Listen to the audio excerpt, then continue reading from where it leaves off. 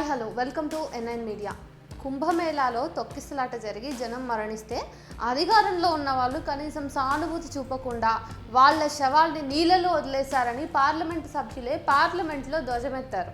దానికి అధికారంలో ఉన్నవారు జవాబు చెప్పకపోగా అలా మరణించిన వారికి మోక్షం లభిస్తుందని వ్యాఖ్యానించారు. ఇవన్నీ వార్తాపత్రికల్లోనూ టీవీ ఛానళ్లలోనూ వచ్చిన వార్తలే, నేను కల్పించినవి కావు. నా వ్యంగ్య వ్యాఖ్య ఎంత మాత్రమూ కానే కాదు. త్రివేణి సంగమంలో తొక్కిసలాట మాత్రమే కాకుండా పవిత్ర ప్రయాగ్రాజ్లో వేసిన గుడారాలలో అగ్ని ప్రమాదాలు జరిగి ఎన్ని ప్రాణాలు పోయాయో, ఎంత ఆస్తి నష్టం జరిగిందో అధికారికంగా లెక్కలేవు. వాస్తవాల్ని కప్పిపుచ్చడంలో అధికార బీజేపీది అందవేసిన చేయి కదా. ఇవేగాక తీవ్రంగా కలుషితమైపోయిన నదీ జలాల్లో మునిగి చర్మ వ్యాధులు, ఇతర రోగాలు వచ్చి ఆసుపత్రుల పాలై కన్ను మూస్తున్న వారి సంఖ్య తెలియనే లేదు. కుంభమేళా నుండి వారి వారి స్వస్థలాలకు వెళ్తూ రోడ్డు ప్రమాదాలకు గురై మరణించిన వాళ్ళ లెక్క తేలనే లేదు. ఇక అక్కడ త్రివేణి సంగమంలో జరిగిన వివిఐపీల స్నానఘట్టాలు ఒక కమర్షియల్ కలర్ సినిమాను తలపించాయి. ఫోటో షూట్లకు, తన వ్యక్తిగత ఇమేజ్ హైప్లకు అత్యంత ప్రాధాన్యత ఇచ్చే మన ప్రధాని మోదీ చర్మ వ్యాధులు రాకుండా వాటర్ ప్రూఫ్ లాంగ్ జాకెట్ వేసుకుని చుట్టూ కట్టించుకున్న లావుపాటి తాళ్లను పట్టుకొని భుజాల దాకా మునిగి లేచారు. తమ దాకా వచ్చేసరికి అన్ని జాగ్రత్తలు తీసుకునే మన నేతలు అదే విషయం సామాన్య జనానికి ఎందుకు చెప్పరు? నగ్నంగా తిరిగే సన్యాసులు, నాగబాబాలు, అఘోరాల్ని వదిలేయండి. కోట్ల సంఖ్యలో సామాన్య జనం కూడా వెళ్ళి ప్రమాదకరమైనటువంటి ఆ మురికి నీళ్లలో మునిగిండ్రు కదా. మీరంతా వాటర్ ప్రూఫ్ జాకెట్లతో రండని మన్ కీ బాత్లో ప్రధానమంత్రి ఎందుకు పిలుపివ్వలేదు? స్తోమత ఉన్నవారైనా అలా వచ్చే వాళ్ళే కదా. అనవసరంగా కోట్ల మందిని ఇప్పుడు రోగాల పాలు చేసినట్టే కదా. తొక్కిసలాటలో చనిపోయిన వారికి మోక్షం లభిస్తుందని చెప్పి కొందరు బాబాలు, బీజేపీ బాబాలు అంటా ఉన్నారు. రోగాల బారిన పడి చావలేక బతకలేక బతుకు దర్బారం చేసుకున్నటువంటి వారికి మరి ఏమొస్తుంది ఇప్పుడు? ఎందుకు చెప్పలేదు ఇదంతా? మరొక కోణంలో ఆలోచిస్తే సనాతన ధర్మ పారాయణులే కదా కుంభమేళాలో నీట మునిగి వస్తున్నది. కుంభమేళా స్నానానికి మరి వాటర్ ప్రూఫ్ జాకెట్లను, లావుపాటి తెల్లతాళ్లను సనాతన ధర్మం అనుమతిస్తుందా?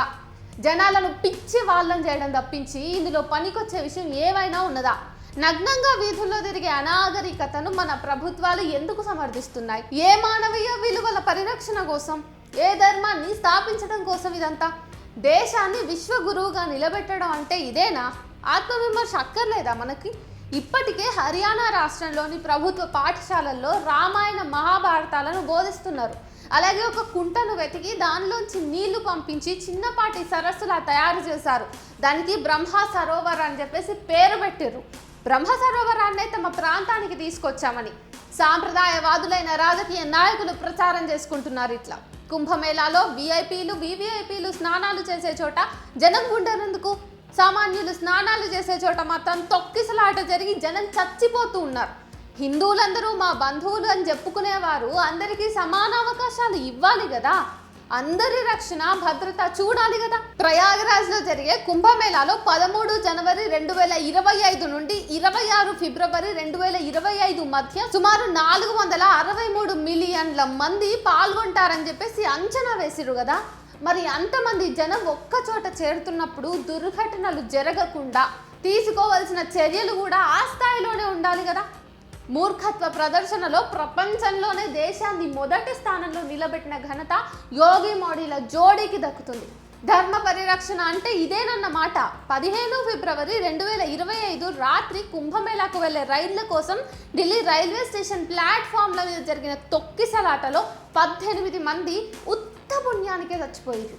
కుంభమేళా గురించి అసత్య ప్రచారాలు చేసి ఎవరికీ జీవితంలో మరో అవకాశం రాదన్నట్టు జనాల్ని ఉసిగొల్పి ప్రాణాలతో చెలగాటమాడటం ఈ ప్రభుత్వాలకు తగుతుందా? ప్రయాగ్రాజ్ నుండి తిరిగి వారి వారి స్వస్థలాలకు వెళ్లే క్రమంలో రోడ్డు ప్రమాదాల్లో చనిపోయిన వారి సంఖ్య కూడా చాలా పెద్దదే. మరి వీటికి ఎవరు బాధ్యులు?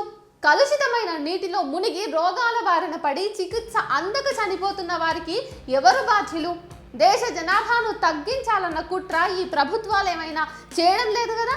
హిందూ ముస్లిం భాయి అన్నందుకు గాంధీని గాడ్సే తుపాకీతో కాల్చి చంపాడు. ఇంకా కోపం చల్లారని ఆర్ఎస్ఎస్ కార్యకర్తలు గాంధీ ఫోటోను తుపాకీతో కాల్చి ఫోటో మీద ఎర్ర రంగు జల్లి వేడుకలు చేసుకుంటున్నారు. మరోపక్క గాడ్సేను వీరుడిగా అభివర్ణిస్తూ పండుగ చేసుకుంటున్నారు. అవునా? ఇదైతే అబద్ధం కాదు కదా. ఇట్లాంటి కార్యక్రమాలు వాళ్ళు ఇప్పటికీ సిగ్గు విడిచి చేస్తూనే ఉన్నారు కదా. సరే, హిందూ ముస్లిం భాయి భాయి అనేది గాంధీ కాలం నాటి మాటే అనుకుందాం. ఇప్పుడు కనీసం హిందూ భాయి భాయి అవ్వండి చూద్దాం. ఆ తర్వాత దేశాన్ని హిందూ దేశంగా మార్చడం గురించి ఆలోచిద్దురు కానీ. ఇటీవల హైదరాబాదులో చిలుకూరు బాలాజీ దేవాలయ పూజారి మీద దాడి చేసింది ముస్లింలు కాదు, క్రైస్తవులు కాదు, ఇంకా ఏ ఇతర మతస్థులు కాదు కదా, కేవలం హిందువులే హిందువుల మీద దాడి చేశారు. ముందా విషయం అర్థం చేసుకోండి. ఆ హిందువుల దాడి వెనక భక్తి, ధార్మిక భావన ఏమైనా ఉందా? లేదు కదా. కేవలం డబ్బిమ్మని బెదిరించడమే ఉంది. ఇటీవల ఒక ఆచార్యుడు మాట్లాడుతూ తను కనుగొన్న ఒక అద్భుత సత్యాన్ని ప్రకటించాడు. ఆయన తనను తాను హేతువాదినని చెప్పుకుంటాడు. ఆయన చెప్పింది ఏంటంటే, ఈ దేశంలోని ముస్లింలు ఈ దేశాన్ని ముస్లిం దేశంగా మార్చాలని ప్రయత్నిస్తున్నారట. దాన్ని హిందువులు ప్రతిఘటిస్తున్నారట. అది జరగాల్సిందేనని బలంగా నొక్కి చెప్పారు. దేశంలోని సమకాలీన పరిస్థితులు తెలుసుకునేలా మాట్లాడుతున్నాడు ఆయన అన్న అనుమానం కలిగింది. అవగాహన రాహిత్యం అనడానికి లేదు, ఎందుకంటే బాగా చదువుకుని అధ్యాపకుడిగా పనిచేసిన అనుభవశాల ఆయన. దేవరాజు మహారాజు గారు దేశంలో గౌరవనీయులైన మూర్ఖులు అని ఓ పుస్తకాన్ని ప్రకటించినందుకు ఈ సందర్భంలో ఆయన సంతృప్తిగా ఉన్నాడు. ఉదాహరణకు గతంలోకి వెళ్ళి దేశ చరిత్రను పరిశీలిద్దాం. వందల ఏండ్ల పాటు మొఘలులు అంటే ముస్లింలు ఈ దేశాన్ని పరిపాలించారు. వాళ్ళప్పుడు ఈ దేశాన్ని ముస్లిం దేశంగా మార్చలేదు.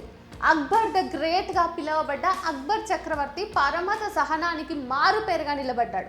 తను చదవలేకపోయినా ఇక్కడి రామాయణ మహాభారత కావ్యాలను ఉర్దూలోకి అనువాదం చేయించి చదివించుకుని విషయాలను తెలుసుకున్నాడు. హిందువును పెళ్లి చేసుకుని వారితో బంధుత్వం కలుపుకున్నాడు. ఈ దేశంలోని సంస్కృతి సాంప్రదాయాలను ఉన్నవి ఉన్నట్టుగా నిలపడానికి ప్రయత్నించాడు. వాటిని మార్చి చిన్నాభిన్నం చేయగల శక్తి ఉండి కూడా అలా చేయలేదు.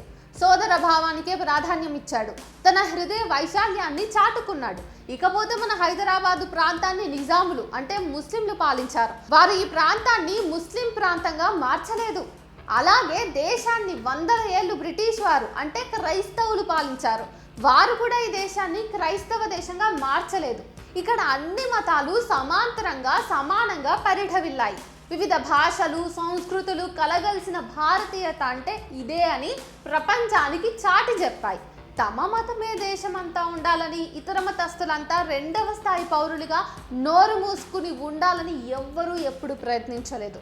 ఇదిగో ఇప్పుడే ఆర్ఎస్ఎస్లు బీజేపీలు ఆ ప్రయత్నాన్ని ముమ్మరం చేస్తున్నాయి. వాస్తవం ఇదైతే హేతువాదినని చెప్పుకునే అతను ఎంత విపరీతంగా ఆలోచిస్తున్నాడు. ఇంకొక విషయం గమనించండి. కుంభమేళా నిర్వహణలో ప్రభుత్వాలు పూర్తిగా విఫలమయ్యాయి. అలాంటప్పుడు అక్కడి ముస్లిం కుటుంబాలు హిందువుల కోసం సహాయ కార్యక్రమాలు చేపట్టాయి. కుంభమేళాకు వచ్చిన హిందువులకు తమకు సాధ్యమైనంతలో తమ ఇళ్లలో ఆశ్రయం ఇచ్చాయి, అన్నం పెట్టాయి, బట్టలు ఇచ్చాయి, తమ వాష్రూమ్లు వాడుకొని ఇచ్చాయి. అక్కడ ఇరుకు సందులు, చిన్న చిన్న ఇల్లు, పైగా పేద ముస్లింలు పెద్ద ఎత్తున వసతులు కల్పించలేరు. అయినా కూడా వారికి ఉన్నంతలో సామాజిక బాధ్యతతో సహాయం అందించారు. అమానవీయ విలువల ప్రతిష్టాపనకు నిరంతరం కృషి చేస్తున్న నాయకులు మాత్రం నోరు మెదపరు. పైగా తమ కార్యకర్తలకు ముస్లిం వేషధారణ వేయించి వారితో అసాంఘిక కార్యకలాపాలు చేయిస్తూ వీడియోలు తీయించి ప్రచారం చేస్తుంటారు. అంటే హిందువులంతా ముస్లింలను అసహ్యించుకోవాలని వారి ఉద్దేశం. వారి భావం జనాల్లోకి పోవడానికి ఏ తప్పుడు పనైనా చేయగలరు, చేయించగలరు, ఏ తప్పుడు మాటనైనా మాట్లాడగలరు. ఇవేవి దేశ పౌరులకు కొత్త కాదు. గత 10 ఏళ్లుగా వాళ్ళు చూస్తున్నదే, అనుభవిస్తున్నదే. ఏదో విధంగా ఈ దేశ ప్రజల్ని మానసిక బానిసత్వంలోకి నెట్టేయడమే అధికారంలో ఉన్న రాజకీయ నాయకుల లక్ష్యం. ఏ ప్రకటన ఇవ్వకుండా నిశ్శబ్దంగా రాజ్యాంగాన్ని మార్చేద్దామని అంతర్గతంగా తన కేడార్కు ఆర్ఎస్ఎస్ చీఫ్ హితబోధ చేసిన విషయం తాజాగా బయటకు వచ్చింది. అందువల్ల దేశ ప్రజలు మరింత అప్రమత్తతో ఉండాల్సిన అవసరం ఉంది. దేశంలో జరుగుతూ ఉన్న విషయాలను నిశితంగా పరిశీలించాల్సి ఉంది. తమ హక్కుల సాధన కోసం అవసరమైనప్పుడు ప్రశ్నించాల్సి ఉంది, ప్రతిఘటించాల్సి కూడా ఉంది.